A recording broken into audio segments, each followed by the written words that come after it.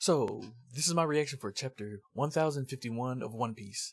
And I have to say that this chapter does a lot to, I guess, control some of the damage of the previous two chapters. And I say damage because I feel that the way that the climax was a bit underwhelming and kind of undercut the power of the story. And it ultimately made the story a lot less powerful than it could have been. And that was my initial thought. I feel that this chapter was done to sort of explain that away. I think I understand now why uh, Kaido's defeat was so subdued, why it was masked as a natural disaster as opposed to just being just him getting his behind beat, or at least visually in front of, the people of Wano. It was important that this was Momonosuke's victory because the people of Wano are xenophobic in a sense. They're not going to just, embrace outsiders. Momonosuke had to be sort of the symbol of their new liberation, and that makes sense. So I guess even though I'm not a huge fan of that conclusion, it makes sense. And if it makes sense, then I can get behind it a little bit. A good way of thinking about it is that Momonosuke was a bit of the main character in this arc, and that makes a lot of sense. And Luffy was more of a cudgel, and that explains why there wasn't so much emotional engagement with the Straw Hats as much as the Scabbards, maybe, or and especially not at Momonosuke. And it makes sense. This is their home. But my problem though is that was that the best way of telling the story? We knew that Momonosuke used Luffy to, and when I say used, I don't mean that in a negative sense. We know Momonosuke had the help of Luffy in this fight. We know that Luffy did most of the leg work. And so there's a bit of a disconnect between us and the people of Wano, right?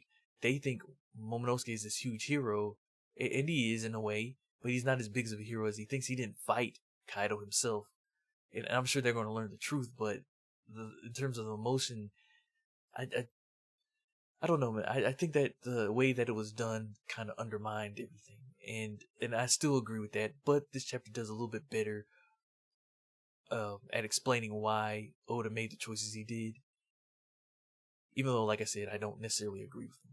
So there's that. I do like all the stuff about it. One problem I did have was the Otama stuff. I felt that the explanation about her servants being able to choose to stay in servitude was a bit hand wavy. I felt it would have been better if once Luffy recovered, he would be able to make a teaching moment out of it for Otama. He should have told her to let the people free. That he's not down with slavery in any form, even if it's his enemies. I thought that would have been a good moment for him, but unfortunately they didn't go that route. Oda just hand waved it away, and I'm one of these people that doesn't think that all the good guys, even though they're on the one side, have to have the same philosophical aims. If Otama had sort of like this naive, childlike sort of um,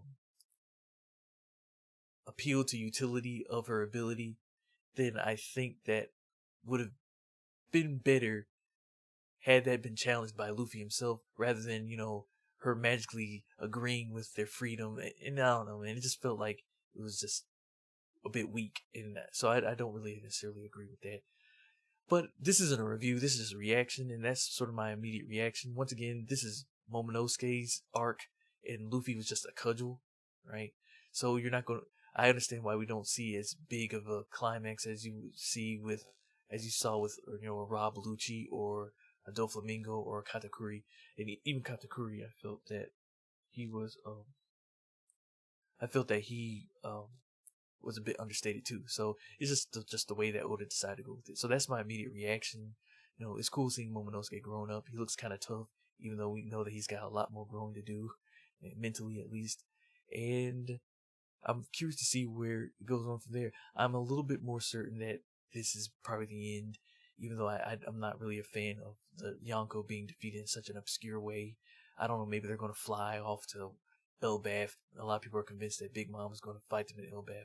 But, I mean, they're defeated, right? It's not going to have the same impact. So it's pretty much a wrap, I guess. I guess something could still happen, but I don't know. My belief in that has gone down significantly after this chapter because it seems like Oda's trying to wrap things up, and I guess I should wrap this up. So that's my reaction. So long.